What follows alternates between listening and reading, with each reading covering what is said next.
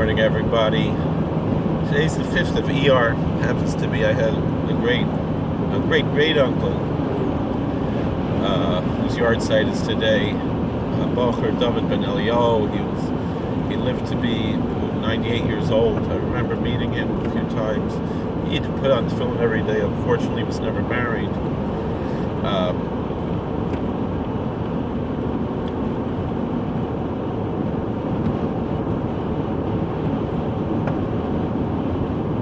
And so, if I say any Torah now, which I don't know if what I say will qualify as Torah or not, but if I do, it should be the Nishmasai.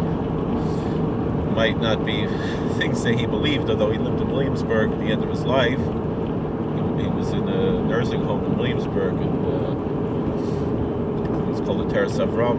It was a nursing home there. But he wasn't a Williamsburger Yid. I remember going to visit him, and I had a sweatshirt with Bart Simpson on it, and it was the lyrics to his parody of Jingle Bells. Jingle Bells, Batman Smells. And from the very first episode of The Simpsons, and my mother's like, you can't wear that in Williamsburg, and I think back now, it's like, I don't know if anyone would realize, but, and Uncle Dave, he put on tefillin every day, he was there looking in, but he would sit there, and he didn't always wear yarmulke or whatever, it wasn't, sometimes most of the pictures we have of him, especially in nursing homes, wearing a yarmulke, he wanted to fit in, but my mother was very close with him. She loved him very much. My mother should be well, so it's I remember his levaya. I remember the rabbi that they got for the levaya, mentioning that he put tefillin every day, and how choshev that was, and how important that is, and I'm not saying this to disparage people who don't put on tefillin every day, because people who were raised in a certain way, they don't know any better. I'm going to say what I'm going to say more about the people who prevented other Jews from putting on tefillin, who destroyed Judaism for so many Jews. I remember in Jewish history class in high school, and I spoke to Yitzhak Lebovich about this, Shlita, the Woodridger of.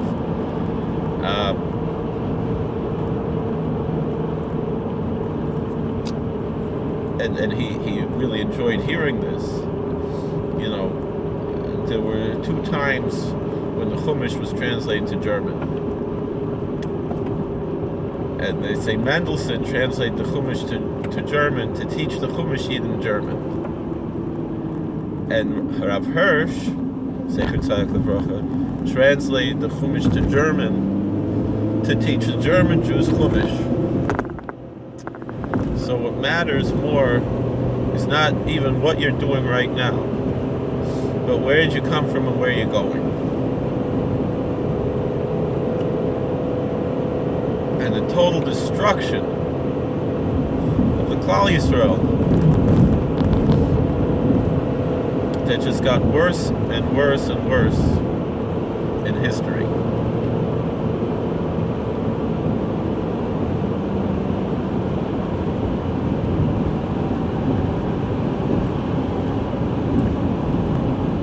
After leaving Europe after the war, where 6 million Jews were destroyed in body and soul, although so many of those were destroyed in their body, they died as holy martyrs. So I would say every one of them who was killed just for being Jewish, even if they were ignorant of their Judaism or other things, they died as holy martyrs. And there was Rabbi Akiva, why did it go on the side like that? There was Yitzchak Avinu. But then, what's going on here? Sideways now. Maybe it means I should turn the whole thing like this. But I can't, not like that. But let's do like this. Well, now we're back where we started from, aren't we? What if I do that? It's not doing anything. Whatever it is. It is what it is. You're not here to look at me.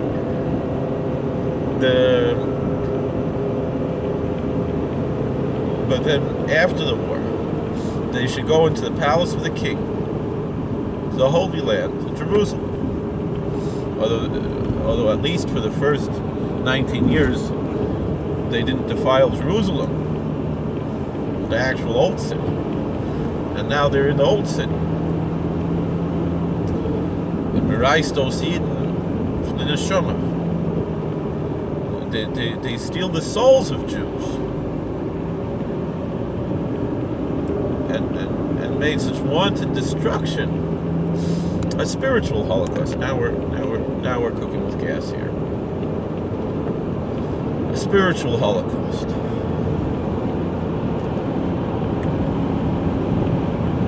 What the Zionists did to the Yemenite Jews, simple holy Jews. Some of them never seen an airplane before. They were intelligent, brilliant scholars, but what I'm saying, and I'm sure they probably heard of airplanes, but they never saw one. Ancient community, living in an ancient manner. And what did the Zionists do? They took them there. They saw this is a fulfillment. We're being brought to Jerusalem on the wings of eagles. Like Isaiah says, like Deuteronomy says.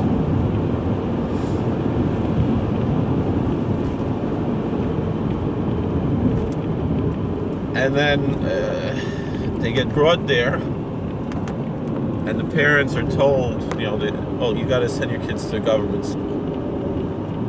Can't send them to a Jewish school. And then, we're sorry, or they take a child to a hospital or something. And then all of a sudden, we're sorry, your child died. Well, we want to make a levaya, we want to make a Jewish burial. Sorry, it's already been taken care of. I mean, it has to be right away. We didn't have time to call you. Meanwhile, these kids were alive and well, kidnapped from their parents, sold to atheists, to communists, to Marxists, who just happen to have a Jewish last name, and were powerful in this nascent state that they had created, spitting in God's face in the Holy Land, with polluting God's land with atheism and immorality and murder and bloodshed and idolatry.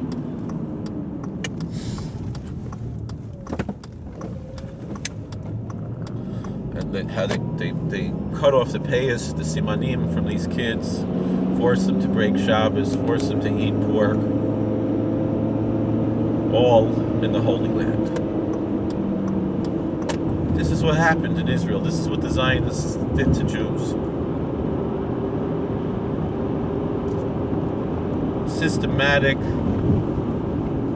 attack on the Jewish faith, on the Jewish souls. For the more established Jews, it was harder for them to do that, and so they found a different way. They institutionalized and made the chief rabbinate a government position to water down our faith, to attack it from the inside, to to rot it out. That it should look like a shell of something holy. But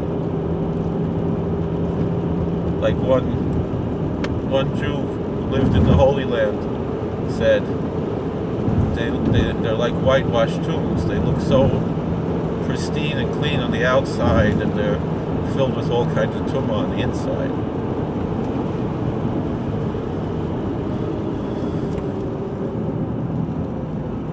So we just had the chief rabbi get out of jail. I understand, I went to jail once. But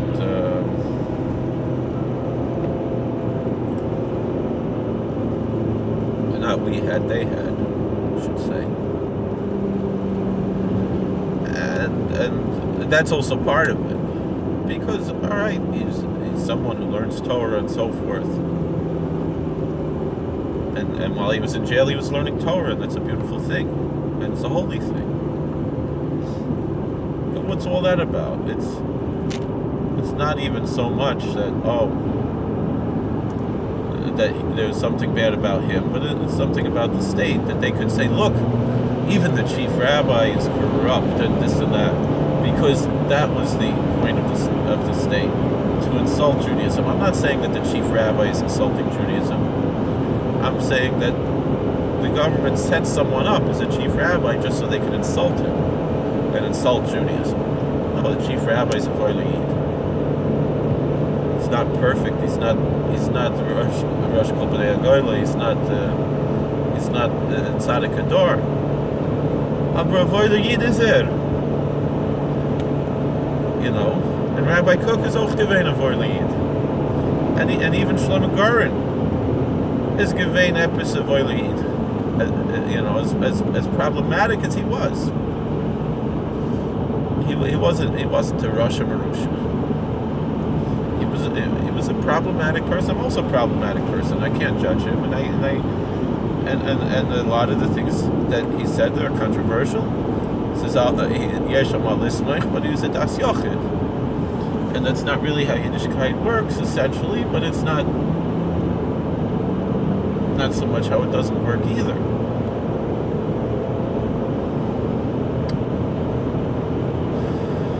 I mean, you know, if I want to be totally honest, you know, the basic halacha is going to be like how Rabbi Yitzchak Abadi teaches. You know, a lot of the things that he says, which, you know, sound to us to be tremendous kulas. But that's just because, you know, we've created a beautiful, holy Jewish culture, religious culture, that's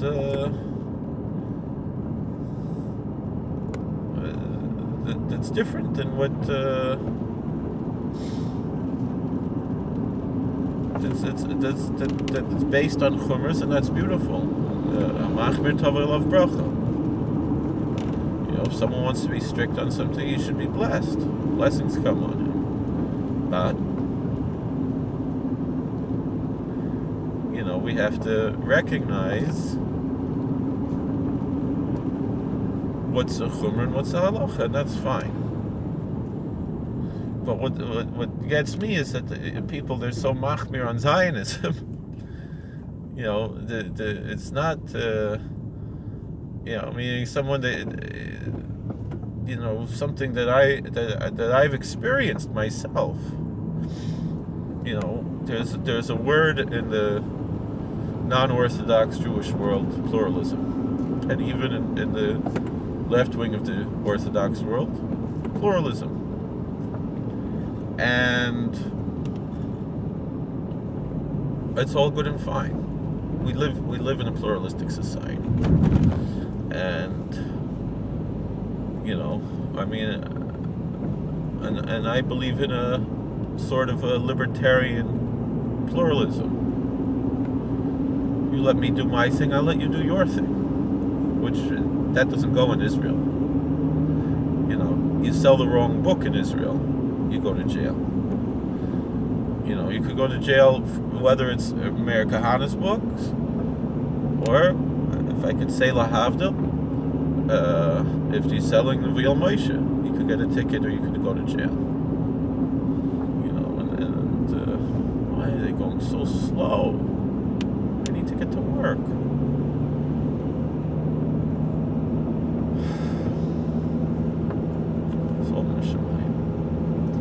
I think up here is where they'll pull over if they need us to, but he's not going to because he's not right behind them. Right, is this Tyler Hill already?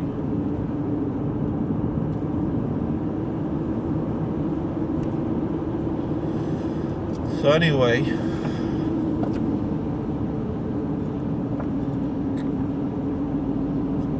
I know when people celebrated Iyar yesterday, it's Tanis Muktam, you know. Yes, I all the years, even when I was more like a Kahanist, I used to fast half the day on Iyar. And now they changed it that it's Iyar's never on Iyar. So this year was on Dalit and this and that, you know. And I tried yesterday to fast, but I knew I wouldn't make it through work. I had to be to help out my friends at work with Ramadan last night. See, he would have pulled over here, right? Or is it a little further up? I think they turn. I mean,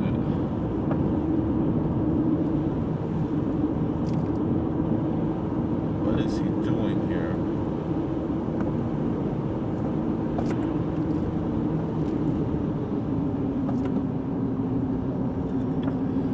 So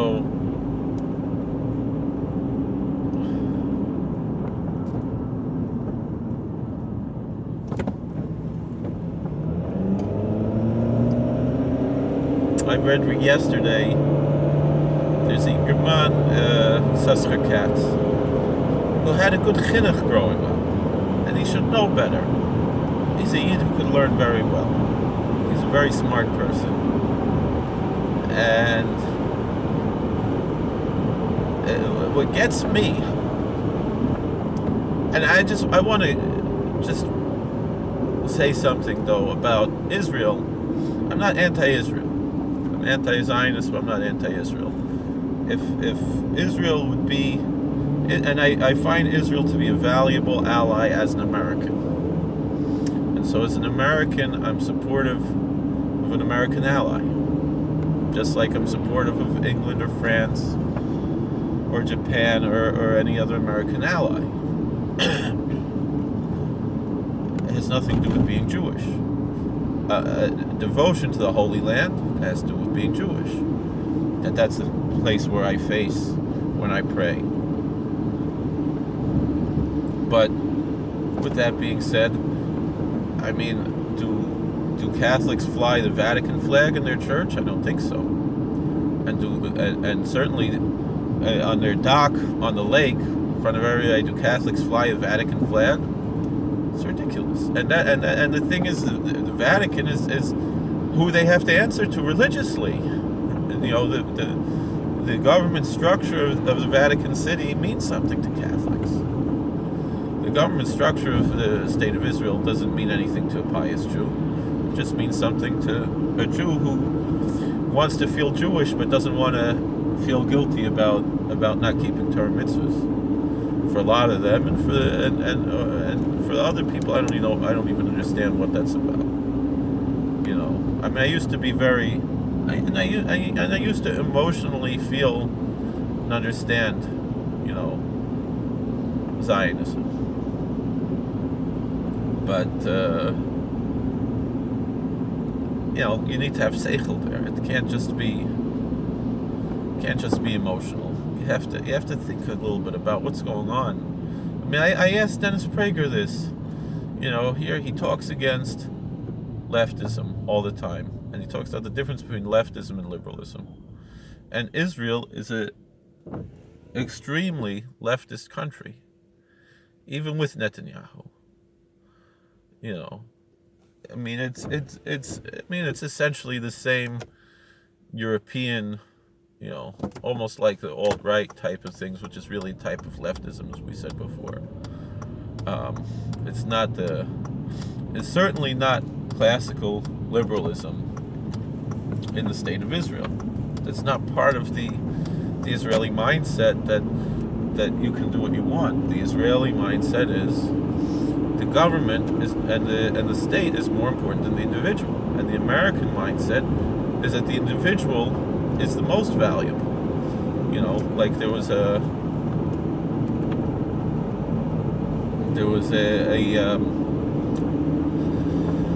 short film. I think it was produced by the American Army, actually, in the 1940s. There's something like "Don't be a fool" or "Don't be a dope." I don't remember what the name of the movie was. It's a short film, 10 minutes long, so you can find it on YouTube. It was re-released in 1947 for the general public, but it was originally produced by the American Army, and it shows in this film a lot of people are gathered around a guy talking up on a soapbox. That was the YouTube of the 30s and 40s. Was a soapbox in the middle of the park. You'd put up your soapbox, and you'd start darshaning. You'd start preaching whatever ideas you had, and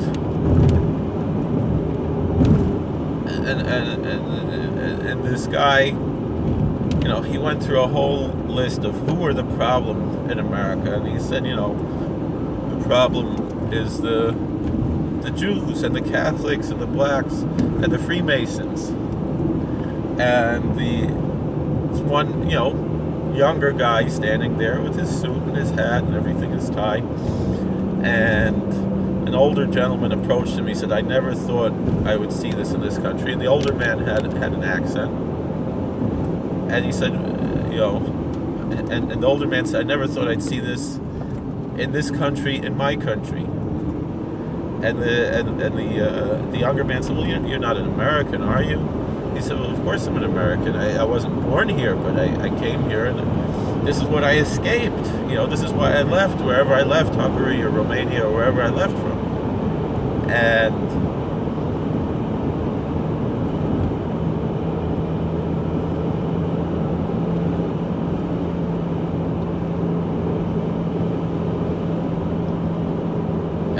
I am an American now. And he said, you weren't upset when the guy was saying the problems of the Jews or the Catholics or the blacks or this or that, but then when he said the Freemasons, you were upset because and he said, "Yeah, because I'm a Freemason." The guy said, "I'm not a Freemason." But this guy, he said he's a Mason. And this guy, he said it all made sense to you until he started picking on your group. And the older gentleman, the immigrant, said to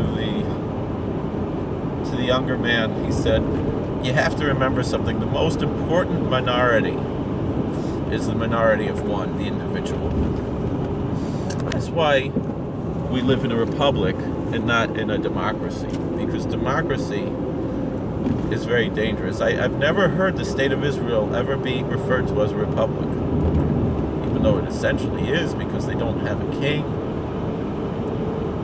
Although in a certain sense the president of Israel, which is just a ceremonial role, is the Nasi. That word Nasi could also mean like a prince. Doesn't necessarily mean that the Nasi has some kind of a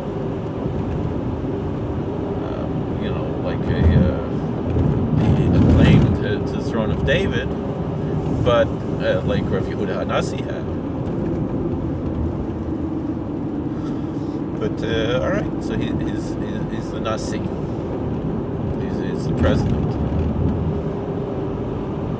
But and then they have a prime minister. So like the president of Israel is more like the Queen of England. The prime minister is like the prime minister. They call Rosh Memshalah. That really means the head of the government.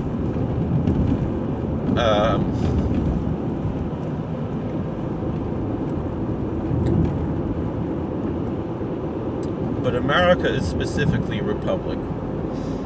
Meaning, why is democratic socialism so dangerous? Because it doesn't care about the individual, it cares about the group. And, all right, groups are important too, but groups are made up of individuals. And so we have to protect the individual.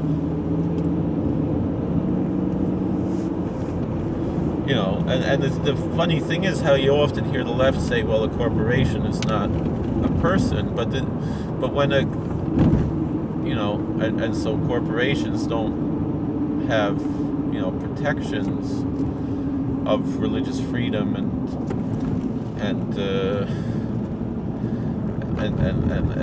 freedom of speech and things like that. And the truth is, but who makes up the corporations? Are the individuals. And if you're denying, Hobby Lobby religious freedom, you're denying the family who owns Hobby Lobby religious freedom. And then the other thing, like Dennis Prager said this weekend, private corporations never made an Auschwitz, never made a Gulag.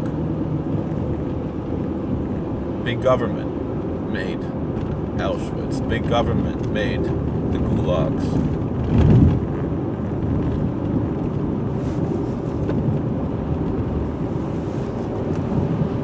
And the truth is also, corporations didn't make the internment camps. Big government made the internment camps. Corporation, were there businesses that sold them the items that they needed to make these things? But they were forced to by the government. It wasn't like, and the same thing in Israel. It wasn't private corporations that were cutting the payas off of the Yemenite kids, the Yemenite Jewish kids. It was big government. So with all that being said, so like I said, there's this Choshevi German, Yisachar Katz, and again, he's a holy Jew who learns Torah and keeps Shabbos. But there's problems with him, just like there's problems with me. And there were problems with Shlomo Goren. And there were problems with Yona, what's his name? Yona Metzger. I saw him once. Yona Metzger. In Washington, D.C.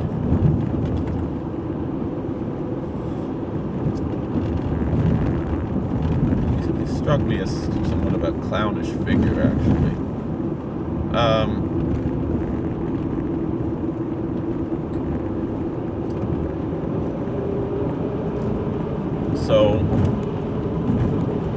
But still, he's a Yid who learns Torah. And I believe he learns Torah Lishma. I don't belittle him about that, And again, I don't blame him so much for his jail time. I blame the Israeli government. I blame the Zionist movement for setting him up as a puppet just to be destroyed for that purpose, for the purpose of insulting Judaism. That was,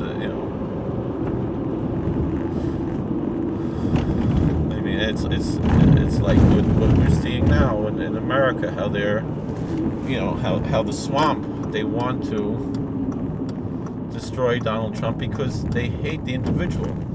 And what Donald Trump represents is an individual who didn't go through their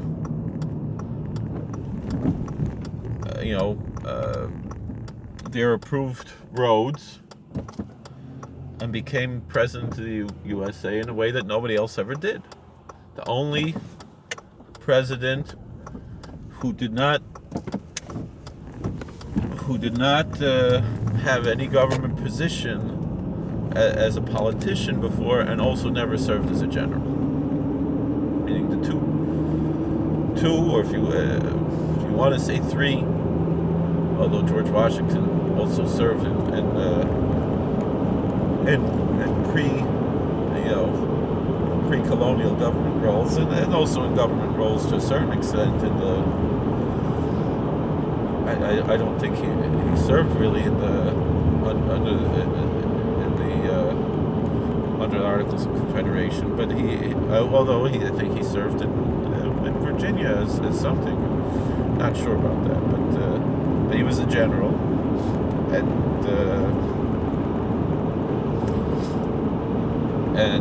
he was the first president, of course, under the Constitution. Obviously, there were several presidents under the Articles of Confederation, but they were not executives. They were basically prime ministers, but their title was president.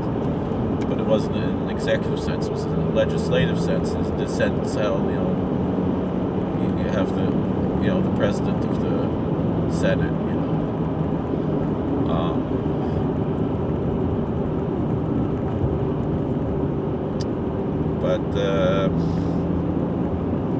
And we had Ulysses S. Grant, we had Dwight Eisenhower, and those were the only two presidents that we had who didn't serve in a political position prior to their presidency, but they were both generals in major wars, and here you have someone who didn't do any of that. And here he is, our president, and that's what really offends, the Washington elite, is that a guy who didn't go through what they went through to get there is there. And they're jealous of that.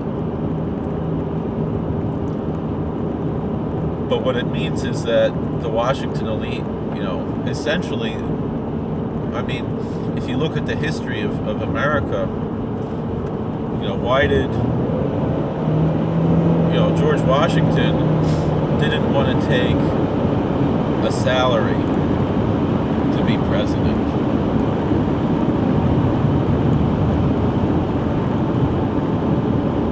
And they insisted that he took a salary because, and I know it doesn't make sense when we're talking here about Donald Trump, but it goes along the same lines,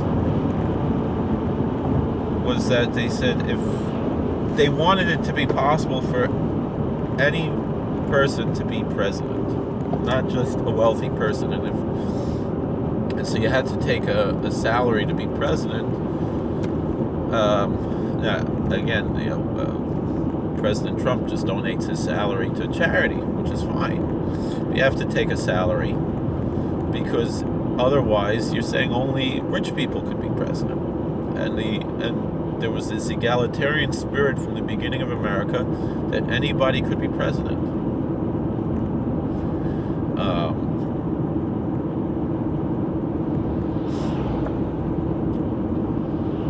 And so that's why George Washington acquiesced and accepted a salary for that very reason.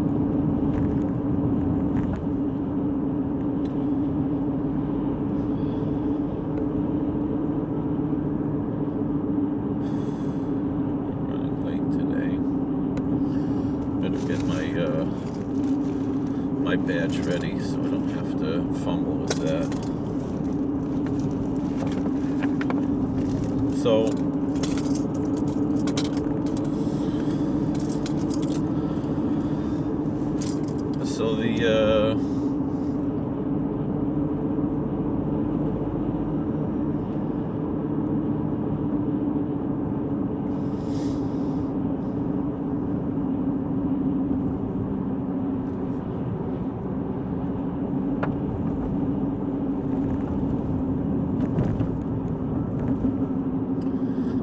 the question is with this,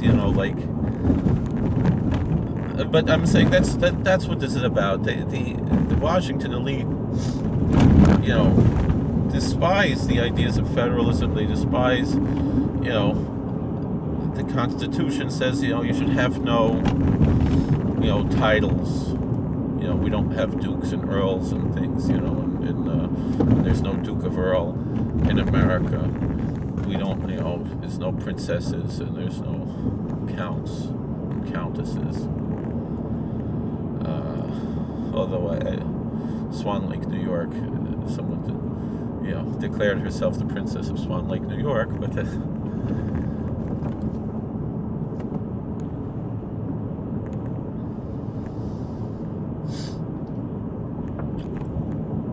so,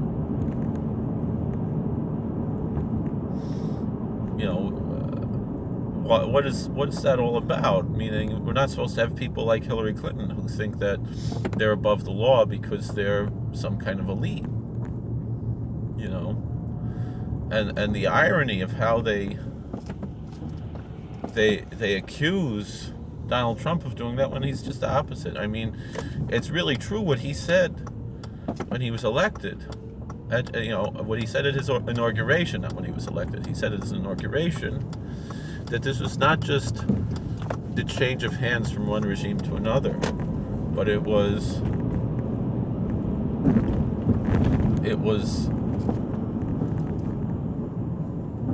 that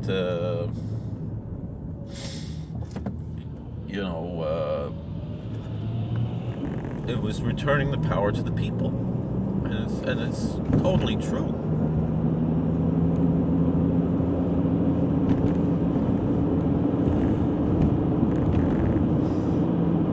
One thing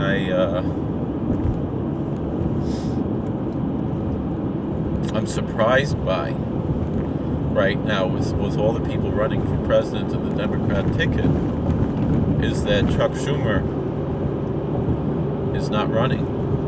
Because at the inauguration, when Chuck Schumer spoke, he started with "My fellow Americans," and I really thought that he was signaling that he wanted to run for president.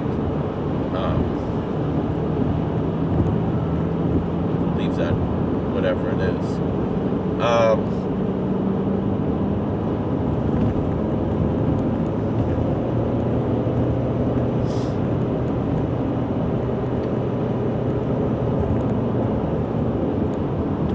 Anyway, here we are.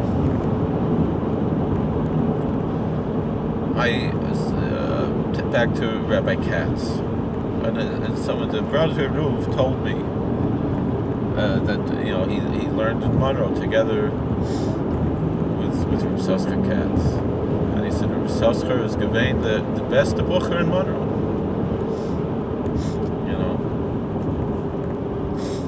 He was the best student, and he went in a very different direction. And you know what? I can doch verginnen. It's none of my business what he does. He's a private person. He can do what he wants. He's a private citizen, and I respect that. But I also have the right to say what's on my mind. Is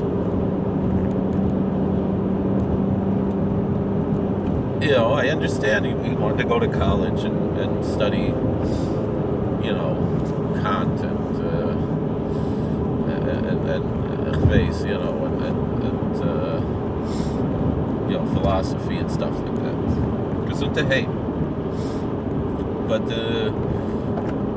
I just can't understand how he had such a good chinuch. He learned in Satmar and Brisk, and was gevorn at Zioni. I just don't understand it. And the thing is, it's so unprogressive. It just doesn't make sense. If someone is a progressive like he claims to be, why grab on to anachronistic nationalism? And like Mark Levin says, in America we don't have nationalism, we have Americanism. Meaning American nationalism is not like British nationalism, it's not like German nationalism, it's not like Indian nationalism. I mean, I said this recently. I hope that President Trump restores the name of Mount McKinley. And someone says, well, why? I said, because to simply call it Denali means that America is a country like any other country. and the indigenous people are victims of, and indigenous people were victimized, yes. But it goes along the line of what Dennis Prager said yesterday. He said, I forgot which book he was mentioning. It was an author, a professor that he was quoting.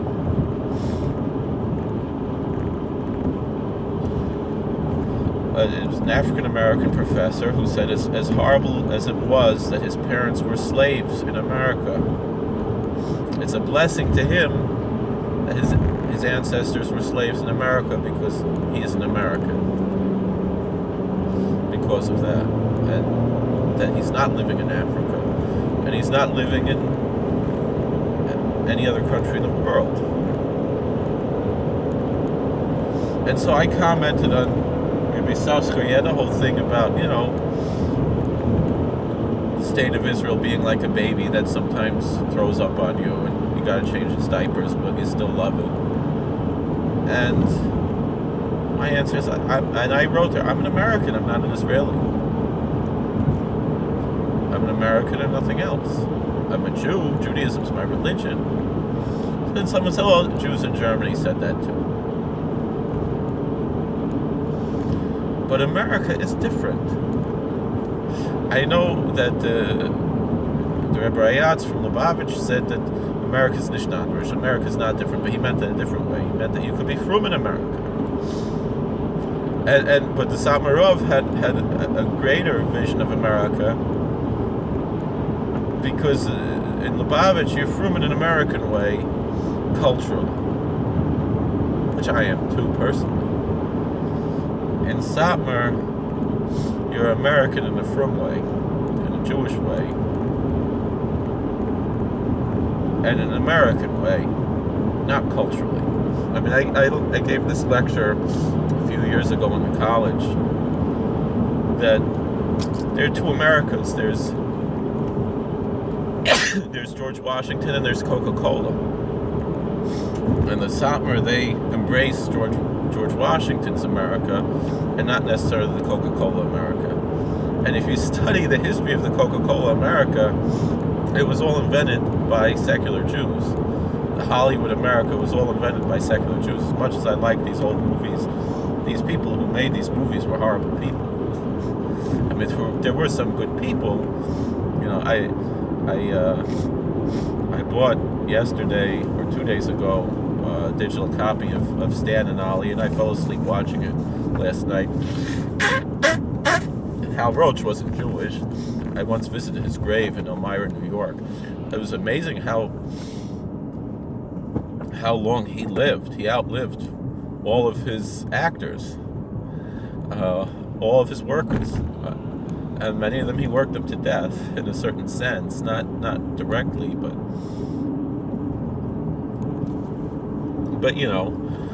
to see Laurel and Hardy, it's just regular guys, first of all. But then to see how Hal Roach was presented as such a jerk,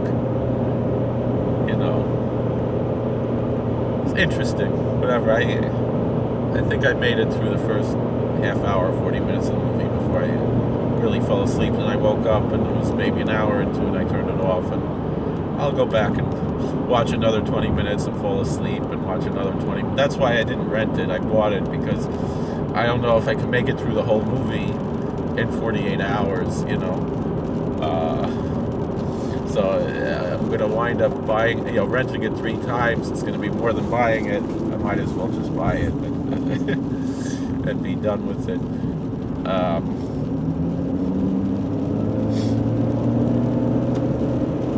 And so, there's a lot of bad stuff in America. But that's not the essence of what America is. Like Bono said, America is an idea more than it's a place. And when you change the name of Mount McKinley to Denali, you're saying America's just a place and not an idea. When you name a mountain after a president who was a president under this Constitution that we have, that I believe is inspired by God. You know, and I do believe founders to be men who were guided by a great level of providence. That's what George Washington said when he was inaugurated, that no people in history ever experienced the divine providence of America. I truly believe that America was founded in the sense how the Arizal understands what our sages say in the Talmud. Chacham Adif Minavi. A sage is greater than a prophet. That the founders of America were not necessarily prophets, but they were sages, so they were greater than prophets. Oh, I'm going to run out of memory now. And so America is not Germany. America is America. America is different. It could turn into Germany if we let the Democrats take it over. But we have a constitution that prevents that. And so, you know, if a Baal Tshuva says, oh, I'm going to go to Israel, I cry privately, but I don't say it to his face. But Yisachar Katz, you should know better. You should know better. Thank you for watching. God bless. Please like, share, and subscribe. Comment. Take care.